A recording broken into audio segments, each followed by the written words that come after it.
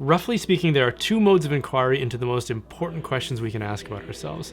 The first, which we might call the ancient approach, is to ask what is a human person and what best contributes to human flourishing. This approach treats this question as both an internal and external one. Internal because we ourselves are human beings and we can look into our own personal experiences to provide some insight.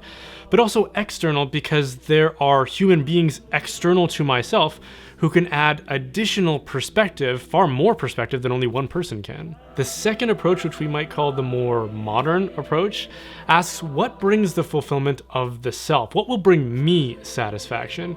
And the inquiry in this case is less or not at all external, but merely internal. In this case, we tend to favor the subjective perspective to the exclusion of the objective. We want to find ways for my desires, my hopes, my appetite, my dreams and ambitions to find satisfaction.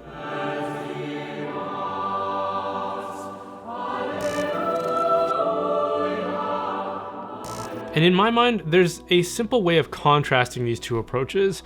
We could ask, what is more noble or good? The flourishing or fulfillment of an individual, a single person, or the flourishing and fulfillment of a community of individuals? If you think that it's better for the many to flourish, then our exploration for how to encourage that outcome should consider what is common and what is shared. It should examine our humanity and the human person rather than just the selfish, individual, isolated perspective.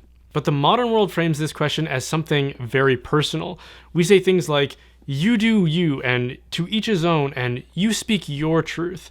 These are the trademarks of relativism and subjectivism. But if we can all agree, or mostly agree, that it is better for many to thrive rather than just for one to thrive, then we necessarily have to expand our inquiry to consider what is common to the many. It assumes that there is something objective that informs our inquiry into ourselves and into reality. And this is what the ancient world did. It sought to understand the human person rather than just the individual perspective. It asked questions like, what is a human person? What is our purpose? What leads to our fulfillment and our flourishing? And notice that all of these questions are inclusive of the many rather than just the individual. Whereas the modern world encourages us to ask, what is my unique purpose? What is my perspective? What is my truth? And how do I find fulfillment in myself? And if we get too far off track and our dysfunction becomes too much to bear, what do? We go and seek therapy where the focus is again on the self.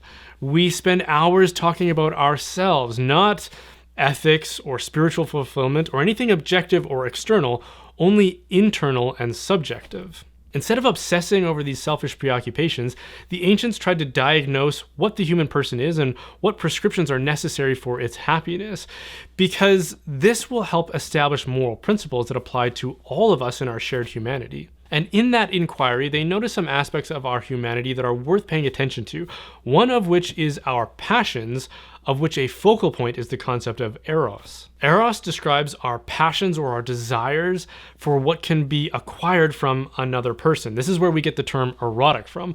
Although the term doesn't merely mean sexual desire, that does fall under that category. And one of the first things that they noticed about our passions is that they are inconsistent and incoherent.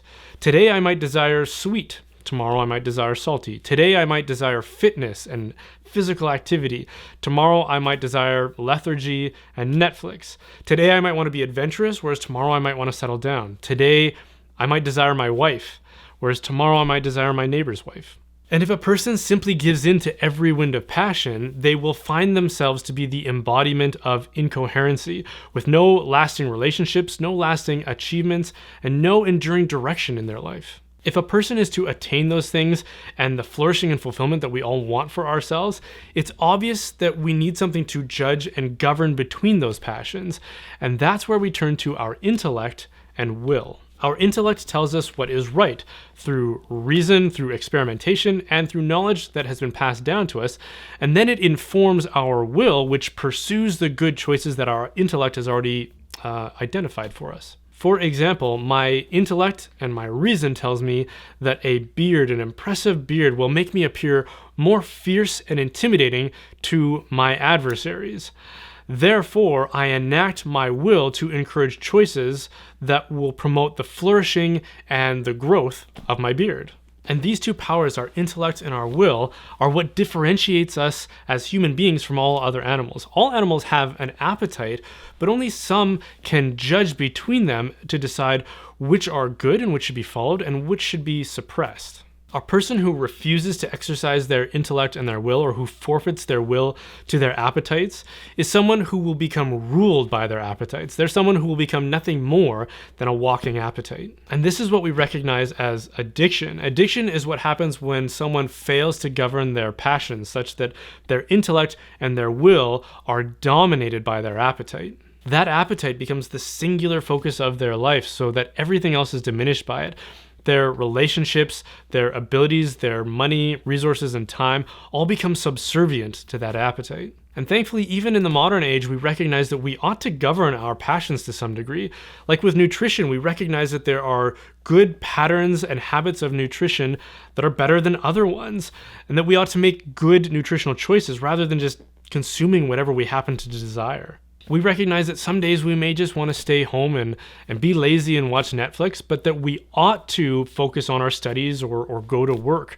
Our intellect tells us what is right and then encourages our will to make the right choices. But for some reason, when it comes to sex, this one thing, we have this bizarre double standard where we say that everything that makes us uniquely human, our will and our intellect, should be subjugated to our passions and our desires. They say that whatever we desire sexually is right and should be followed, that to try to govern that or to avoid certain behaviors, that would be prudish or Puritan.